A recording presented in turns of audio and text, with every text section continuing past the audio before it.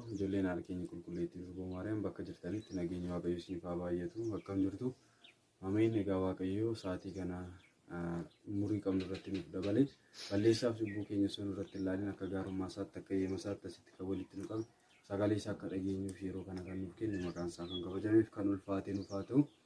Maqaan haala keenya qulqulleettii Durboo Maariyaam illee kan qulqulloota isaa kan wareegamtoota ergamoota duukaa buutota isaa akka inni isaan kabajetti kan kabajamee fi kan ulfaate nuuf haa ta'u. Egaa maatii Waaqayyoo akkuma yeroo darbee dubbannee guyyaa har'aa kan nuti wajjin barannu mata duree isaarraas akkuma argitanii deebii shakkitoonni mana amantaa keenya irratti kaasan keessattuu taabota irratti kaasanidha jechaadha. Barnoonni kun kutaa lammaffaa isaatii kutaa tokkoffaa isaa irratti yaada baay'ee isinaaf kennitanii ture. Kutaa lammaffaa irratti caqasaan akkana eegdanii koomentii irratti barreessitanii ture jechaadha. Kanaafiyyuu kutaa tokkoffaa irratti yaadattu yoo ta'e gaaffiidhuma isaan nu gaafatan gaaffiidhaan deebisneerra jechaadha. Har'as immoo isatti daballee kutaa lammaffaasaa ni deebisna jechaadha. Caqasa walitti daballeeti. Egaa maatii Waaqayyoo waa'ee taabotaa fi tsillaatii irrattidha. Gaaffii yeroo hunda mana amantaa keenya irratti ga'u jalqabaa taabotaa fi tsillaatii garaagarummaa isaanii ilaalle gaaffii isaan kaasan keessaa taaboonni silaa cabeeraa eessaa fiddanii?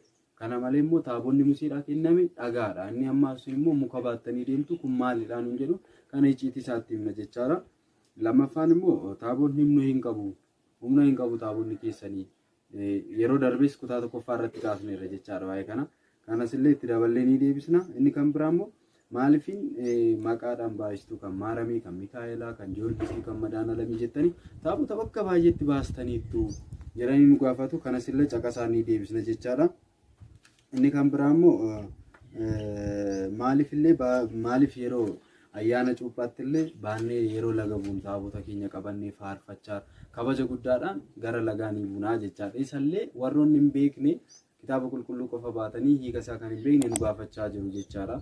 Karaa nuti nama waaqaatii, nuti wangeela beeknaa, nuti hojii wangeelaa hojjannaa jedhanii namoota garaagaraa irraa amantaa garaagaraa irraa gaaffii nuuf kaa'u waan ta'eef paasteroota haa ta'u warroota adda addaa kana ilaalaa jiraniif deebii deebisna jechaadha guyyaarra. Kanaaf taabota jechuun maal jechuudha? Tsillaatii jechuun maal jechuudha? Isa jedhu hin deebisna jechaadha jalqaba. Taabota jechuun bultoo Waaqayyoo ta'eet jechaadha. Kan tsillaatiin keessa taa'u jechaadha. Kan tsillaatiin keessa taa'udha. Taabota jechuun kan tsillaatiin keessa taa'udha jechaadha. Saanduqa bultoo Waaqayyoo yookaan abboommii Waaqayyoo kan irratti barreeffame tsillaatiin keessa taa'u. Tsillaatii jechuun immoo abboommii kurnan kan irratti barreeffame. Abboommiin kurnan kan Waaqayyo abboommii kurnan tulluu Siinaa irratti Museedhaaf kenne irratti barreeffame tsillaatii jedhama jechaadha. Taabonni immoo kan tsillaatiin keessa taa'udha jechaadha. Kana kanumaan akka qabattan. Amma maatii Waaqayyoo egaa nuti ijoolleen Ortodoksii Tawaahidoo nama mallattoo barbaadu miti. Bakka mallattoon jiru, bakka milikiin jiru, bakka raajiin jiru, bakka wantoonni adda addaa jiru yeroo arginee itti fiignu miti. Kanaafiyyuu kan baranne keessaa waan tokko nu gahaa jechaadha. Yeroo hunda caqasa jedhu shakkitoonni. Nuti waan nuuf galeef jechaadha amanuudha. Seerri keenya iyyuu seerri amantaa keenya, haalli uffannaa keenya, haalli deemsa keenya, haalli dubbii keenyaallee nuuf wangeela nama barsiisa jechaadha. Kanaafiyyuu isin jecha dubbachaa jirru kana sagalee Waaqayyoo kana hunda ishii fudhadhaa jechaadha. Kana malee immoo nuti itti amanneerraa nuti warroota hin amanneef isaan itti himaa jirra malee nuti hundi keenya ijoolleen Ortodoksii Tawaahidoo waa'ee tsillaatii, waa'ee taabotaa nuuf galeera jechaadha. Shakkitoonni waan barbaadan haa jedhaniyyuu isin waa'ee shakkitootaa kana hin fudhatiina. Maaliif nuti gonkumaa hin dogongorre jechaadha. Amma gara gaaffii isaaniitti deebina jechaadha. Taabonni cabeera eessaa fiddanii? Sirrii dha'ee cabeera. Innis kan inni cabe Museen tulluu Siinaa gubbaa halkan 40 fi guyyaa 40 soome. Asirratti hubadhaa. Namni tokko ka'eeti karaa isaanii jechaadha. Ani raajiidha. Waaqayyoo akkas naan jedheera. Waaqayyoo akkas sii godha. Akkanadhaa jedha. Otoo sooma malee, sagada tokko malee, kadhannaa tokko malee ani raajiin natti mul'ateera jedha. Garuu Museen iyyuu tsillaatii Waaqayyoo irraa fudhachuuf halkan 40 fi guyyaa 40 soome. Hubadhaa. Wantoota tokko argachuuf halkan 40 fi guyyaa 40 soome. Nuti samma kiristaanonni jechaadha. Soomaaf sagada malee humtu akka hin taane beekna. Kanaafiyyuu waan barbaadnu tokko illee argachuuf soomniif saganni bakka guddaa akka qabu sumarratti akka hubattan nan barbaada. Kanaafiyyuu ragaanii taabonni keessan cabeera jedhanii kan inni cabe immoo erga toora isa guyyaa kutaa tokkoffaa sun irratti dubbanneerra tulluu Siinaarra guyyaa 40 halkan 40 erga tsoomee dhufee xillaatii erga fudhatee dhufee Museen uummanni Israa'el guyyaa 40 halkan 40 isa eeguu dadhabanii waaqolii tolfamaa jabbii tokko tolchatan jechaadha. Warqii walitti fidanii warqiidhaan jabbii tolfanii isarratti sagadaa jiru. Yeroo kana Museen aaree isarratti darbate xaawoti sun barbadeesse. Taabonni sunis cabe. Yeroo kana Waaqayyo akkas jedhe. Seera bahuu boqonnaa 34 lakkoofsa tokko irratti kana malee seera bahuu 25:10 seera bahuu 32:19 irratti ragaa isaan arganna jechaadha. Irraan isin deebi'a. Seera bahuu boqonnaa 25 lakkoofsa 10 seera bahuu boqonnaa 34 lakkoofsa 1 seera bahuu 32:19 maal jedhee akka isa duraa taasisiitii jedhe Waaqayyo. Akka isa duraa taasisiitii xillaatii kana hojjedhu ani sagalee koo irratti nan barreessaa jedhe. Silaa taabonni cabee reessaa fidanii nuun jedhan Waaqayyo immoo achuma irratti dubbateera jechaadha. Hubadhaa. Akka duraa taasisiitii mukarraa tolchii. Muka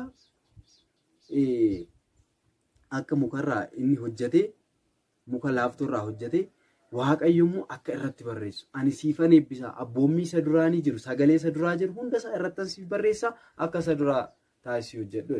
Kan Waaqayyo jedhee immoo dhiisni yoo dhiisni nutti maaltu dhufu cubbuu guddaadha.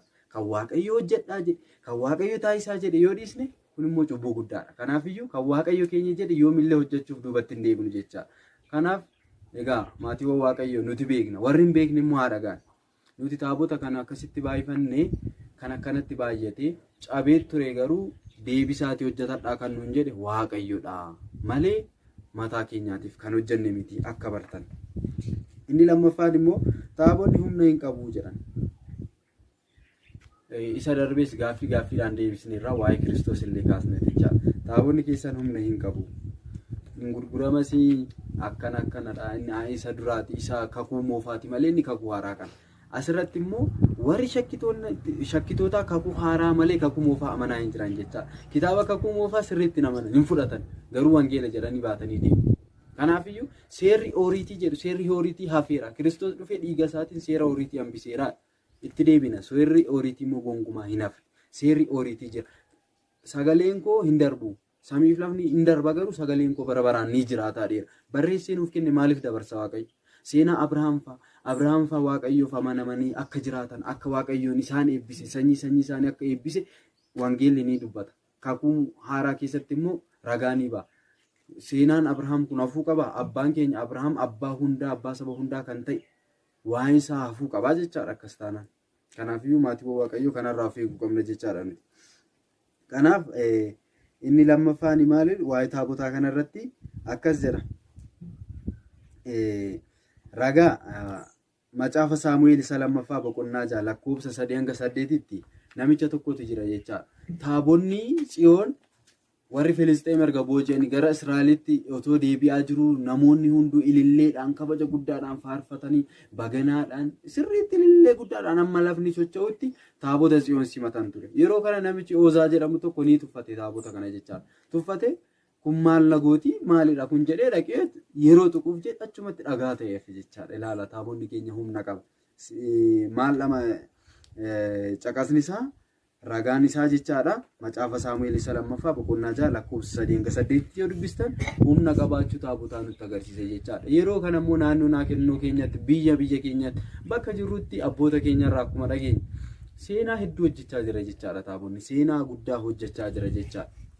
Kanaafiyyuu nuti warri itti amannu mallattoon barbaadnu siniin jedheera duras. Hin amanna taabonni keenya humna qabu akkasumatti hin amanna mallattoon barbaadu. Dirqama nama ajjeesuu hin qabu. Dirqama waan ta'e taasisuu hin qabu jechaadha. Dirqama akkuma isaan jedhan humna qabaachuusaa dirqama isaaniif jecha dirqama waan tokko raajii tokko gochuu amma godhutti eeguu hin qabnu. Garuu raajii akka godhu amanuu qabna. Hin amannas immoo raajiis hin taasisa. Kanaafiyyuu kanatti amanuu qabna jechaadha. Inni gara biraa immoo maal jedhu maaliif maqaadhaan baay'istu inni guddaan asirrattidha jechaadha. Kan Mikaa'elaa jira, kan Gabrielii, kan Maaramii jira, kan qulqulloota, kan akka Takliyeefaa, Zara Abruukfaa, kan Arsiimaa, kan Kiristoos Samraa hedduudha taabonni baay'ee. Eessaa fiddanii baay'istan kanaa jedha. Kan ammoo jechaadha ishee erga taabonni keenya baay'ate. Silaa taabonni Musee ishee erga ta'eedhaan immoo asuma asitti amananiit immoo asitti immoo kaadu. ishi erga taabonni keessan jiraatee haa jiraatu. Ishi lamadha Museedhaan kenname. Ishi erga hojjetattanii haa ta'u lama erga hojjettanii kana hunda kuma kana immoo isaa fiddanii jedhu. Nutis kutaa tokkoffaa irratti gaaffii kana gaaffiidhaan deebisnee ture. Maal jennee kitaabni qulqulluun meeqadhaa jenne tokkodhaa jedhan. Kitaabni qulqulluun tokkodha. Tsilaatiin keenyas tokkumadha. Abboommiin Waaqayyoos tokkumadha jechaadha. Abboommiin kurnan barreesse tokkuma. Ana malee Waaqa biraan waaqessinii sanbata qulqulleetti kabajii, haadhaaf abbaa kee kabajii, hin ajjeesinii, hin hatiinii, mana abbaa guddinaa kee hawwiinii. Wantoonni achirratti barreeffaman sun tokkuma jechaadha. Wangeelli Waaqayyoos jechaadha seera uumamaarraa ka'e raajii yookaan immoo mul'ata Yohaannis irratti dhuma jechaadha. Tokkuma afaan Amaariffaatiin, afaan Oromiffaatiin, afaan Giriikiin, afaan Ibraayisxiitiin, afaan baay'eedhaan haa barreeffamu malee jechi isaa tokkuma jechaadha. An Ortodoksii tawaahidoo. An jaraa garuu afaan barbaadaniin hiika barbaadaniin kan isin ajaa'ibu jechaadha. Bakka adda addaatti fakkeenyaaf seera uumamaa boqonnaa 19 lakkoofsa tokko irratti ergamoonni Waaqayyoo Loox ergamoota Waaqayyootiif akka sagade mul'isa. Isaan immoo ergamoota Waaqayyootiif Loox sagadee jedha kitaabni qulqulluun sirriin. Isaan immoo harka fuudhee jedhanii yerootti jijjiiran illee jiru jechaadha shakkiroonni. Waa'ee kitaaba qulqulluu kana kutaa itti aanutti itti dhufna jechaadha. Kanaaf iyyuu maatiiwwan Waaqayyoo kanaaf maaliif eessaa fiddanii baay'istanii isa jedhu kanaaf kitaabni qulqulluunis eessaa dhufee baay'ate. Kitaabni qulqulluunis tokkodha garuu hin baay'ate. Taabonni keenyas tokkodha. Tsilaatiin keenyas tokkodha garuu akka tajaajilaaf mijatutti baay'ate jechaadha. Dur namoonni hundiyyuu fakkeenyaaf hojii ergamoota boqonnaa 8 irratti kan hubannu jaandarbichi Baakos jedhamu Itoophiyaarraa gara Yerusaalem deemee sagada ture jechaadha. Maaliif yeroo sun manni amantaa Israa'el keessa Yerusaalem keessa bichaa jira ture. Haa ta'uti tajaajilli akka baay'atuuf immoo erga duuka buutonni dhufanii barsiisanii addunyaa hundarratti manni Waaqayyoo ijaarame. Mana Waaqayyoo keessa immoo tsilaatiin jiraachuu qaba. Tsilaatiin immoo akka jiraatuuf tsilaatiin sun baay'ate bakka. Akkuma kitaabni qulqulluun tajaajilaaf akka barbaachisutti afaan namni beeku, qooqa namni dhaga'u. Akka saba isaaniitti akkuma baay'ate jechaadha. Biyya addunyaarra akkuma naannee kitaabni qulqulluun akkuma naannee taabonni keenyas baay'ate malee taabonni tokkumaan keenya. Kudhanis hin qabnu, kumas hin qabnu, kuma kudhanis hin qabnu. Garuu haa baay'atu malee tokkumaa jechaadha. Inni gara biraa immoo maqaa kana maqaadhaaniif maaliif baay'istanii kan Mikaa'elaa kan Gabri'eel maaf jettanii jedha. Ragaanni kana immoo qabadhaa caqasa kana Isaayyaas boqonnaa 56 lakkoofsa 5 hanga 7tti akkas jedha. Namoota sanbata koo eegan, namoota ajaja koo eegan, namoota abboommii koo kabajaniif warroota duuka buutota kootiif, jandaraboota kootiif maqaa hin banne mana koo irratti nan kennaafi maqaa bara baraa jedheera. Maqaa bara bara maqaa hin banne mana koo irratti kenneefiira. Maqaan isaanii dhaloota hanga dhalootaatti akka waamamu namni hunduu maqaa isaanii akka kabaju bara baraan maqaan isaanii mana Waaqayyoo keessatti akka yaaddatamuuf maqaa nan kennaafi maqaa hin banne maqaa baduu hin dandeenye maqaa hattuu hin dandeenye maqaa namoonni balleessanii yookaan haqanii balleessuu hin dandeenye Waaqayyo mana isaanii irratti kenneefi. Takliyyeen waggaa 7 guutuu miila tokko waan dhaabbataniif Waaqayyo mana isaa keessatti maqaa hin banne kenneefi. Arseemaan ijji ishee hanga bahutti amma mormi ishee cituutti waan wareegamteef waan qabsoora guddaa taasisteef Goorgisii waggaa 7 guutuu waan qabsoora guddaa taasiseef maqaa hin banne kennameefi.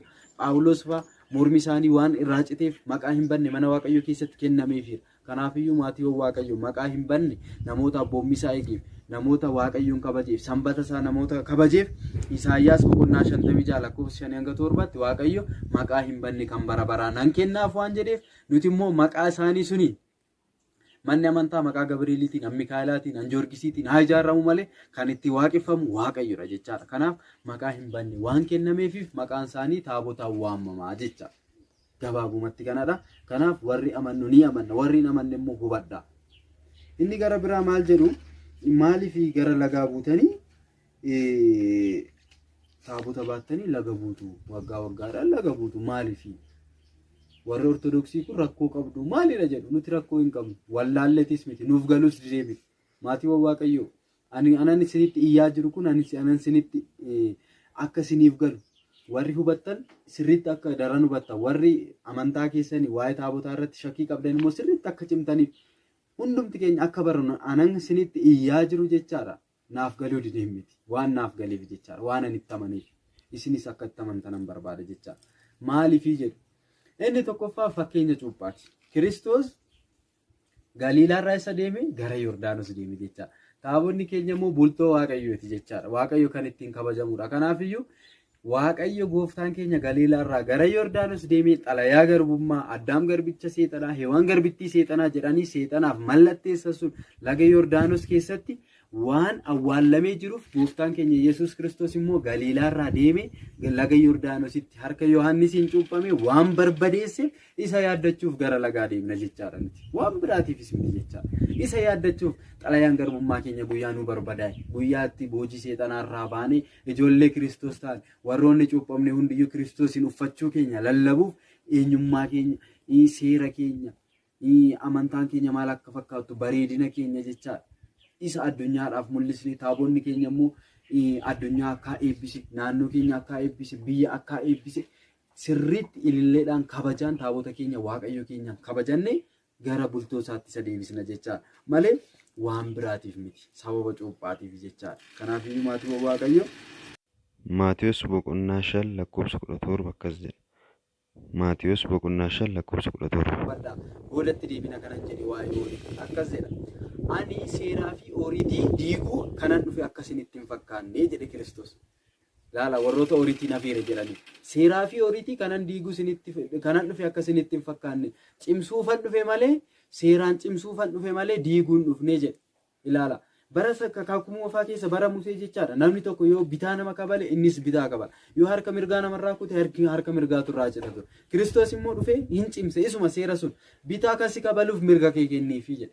Mirga yoo si kabalallee bitaa kabaliifi jedhe. Kana malee jechaadha nama yaada hamaa isinitti dubbate hamaatti hin deebisiinaa. Hamaa hamaadhaan hin deebisiinaa. Jaalalaan deebisaa jedhe. Kanaafiyyuu Kiristoos maal jedhee Maatiyos boqonnaa 5 lakkoofsa 17 irratti ani seeraa fi horiitii diiguu kanan dhufe akkasin ittiin fakkaanne cimsuun dhufe malee jedheera. Kanaafiyyuu gooftaan keenya cimsuu dhufe malee diiguun dhufne. Kanaafiyyuu taabonni keenyas immoo kakuu moofaa keessatti bichaa hin hafne jechaadha. Kakuu haaraa keessattis immoo mul'ateera. Lafa kanarrattis miti samii gubbaarras jira. Raayii yookaan immoo mul'ata Yohaannis boqonnaa 11 lakkoofsa 19 irratti maal jedha seetan? Samii bantiin samii irraa hin baname bantiiwwan samii banamanii Xillaatiin yookaan taabonni waaqayyo ni mul'ate ifa isaarraan kan ka'e dacheen kunillee hin sochootee jedha sirriitti iftee jedha samiirrallee taabonni keenya jira jechaadha nuti hin dogongorre ijoolleen tawaahidoo jechaadha maatii waaqayyo. Kanaafiyyuu horiitii bara taabonni keessan bara horiitiitti hafe warra jedhaniifi Maatiyos 5:17 kennaafi horiitii fi seera balleessuun dhufne waaqayyo cimsee deemeera jechaadha. Kiristoos biyya lafaarra naanna'ee yeroo jiraate waggaa 33 yeroo turetti cimseet gara samiitti gara kabajasaa gara teessoo isaatti deebiira jechaadha. Kanaaf mul'ata 11:19 irratti immoo samii gubbaallee akka jiru taabonni keenya ni mul'isa jechaadha. Kanaafiyyuu maatii waaqayyo ijoollee Kiristoos akkas jedha Roomee boqonnaa 8 lakkoofsa 35 irratti yoo dubbisne 33 kaasnee yoo dubbisne kan waaqayyo filee eenyutu xureessaa kan waaqayyo filee jechaadha. Taabota waaqayyo waaqayyomatu filate. Qulqulloota isaa wareeggamtoota isaa ergamoota isaa isatu filate jechaadha. Abbaan barbaade durboo Maariyaamii ergamootaan qulqullootaan arrabsus gadi qabus xureessus waaqayyo fileera waan ta'eef abbaan barbaade yoo xurees balleessuu hin danda'u. Kanaafiyyuu maatii waaqayyo jaalala Kiristoos irraa eenyuyyuu adda nu hin baasu. Eenyuyyuu jechaadha. Kanaaf jaalala Kiristoos hin qabanne irraa wanti hundisaayyuu nuuf galeera nuti ijoolleen tawaahidoo. Kanaaf sirriitti waa'ee amantaa keenya irratti mormina. Warroota hin baranne ni barsiisna jechaadha. Kanaafiyyuu warroota shakkitoota gaaffii kana gaafataniif immoo ergaa tokkoon dabarsa. Yeroon isaa ganaadha. Barri isaas immoo hammaateera. Tarii namoonni tokko amantaa isaanii qarshiidhaaf gatuu danda'u. Faayidaadhaaf ganuu danda'u. Namaaf jecha amantii isaanii kirrii isaanii jaalalaaf jecha kirrii isaanii kutuu danda'u. Kanaafiyyuu maatii waaqayyo dhugaan isiniin jedha isinis dhagaa warroota shakkitoota kana. Daandiin dhugaan karaan ishiin sirrii ortodoksii tawaahidoo. Gara daandii ganamaatti gara raajichi Ermiyaas boqonnaa 6 lakkoofsa 16tti daandii ishii jalqabaarra deema. Ishees barbaada daandii abboota ishii jalqabaa barbaada kan jedhe sun irratti deebi'a. Dhugaan isiniin jedha. Dhugaan isiniin jedha ifni daandiin dhugaan kallattiin sirriin ortodoksii tawaahidoo malee gonkumaa hin jiru jechaadha. Amantaan sirrii, amantaan tsooma hin qabne, amantaan sagada hin qabne, amantaan kabaja hin qabne, kan waaqayyo kabaja kennaafi jedhe osoo hin kabajin ilma jaalanna jennee haadha isaa gannee maaramiin akkuma namuma akka keenyaati akka jenne Kiristoosin hin jaalanna jechuun sobadha jechaadha. Kanaafiyyuu daandii sirriitti deebi'a. Barri duraan darbe nu gaha jechaadha. Akkuma Phexros jedhe barri inni darbe nu gaha jedhe. Barri inni darbe ni gaha jechaadha. Maariyaamii warri ta'anii jechaadha barumsa baranne kanaan kan banne osoo hin taane deebii gaaffii gaafatamne deebisnee akka jiraan amantaa keenyatti akka cimnu fedhaaf eeyyama Waaqayyoo nuuf haa ta'u.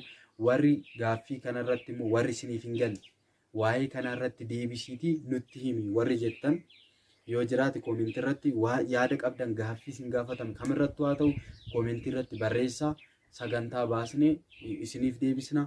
Kanaafiyyuu hunduma bira akka ga'u jechaadha ergaan keenya hunduma bira akka ga'u sheer godhaa sirriitti sheer godhaa guruppii qabdan irratti sheer godhaa karaa hundaanuu sheer godhaa hanga dhumaa isaatti dhaggeeffadhaa. Kana malee immoo warri sabiskiraabiin goonis sabiskiraayib godhaa. Kutaa itti aanutti immoo gaaffii shakkitoota haadha keenya qulqulleettii durboon Maariyaam irratti ka'anii walitti deebina. Guyyaa har'aatiif waa'ee Tsillaatii irratti kutaa lamaan aan adda qoodne kanuma irratti xumurra jechaadha. Kan gaaffii isinitti ta'e akkuma isiniin jedhe koomentii irratti barreessaa. Kan nu barsiise kan nu gorse maqaan Waaqa keenyaa kan kabajameef kan ulfaate nuuf haa ta'u. Waaqayyo biyya keenya Itoophiyaa nagaa nuuf haa taasisu. Ijoollee Itoophiyaa bakka garaagaraa jiran nageenyi keessan isiniif haa baay'atu. Waaqayyo yeroo hamaa kana nurra dabarsee akka nu jiraachisu fedhaaf eeyyama isaa nuuf haa ta'u. Galanni Waaqayyo.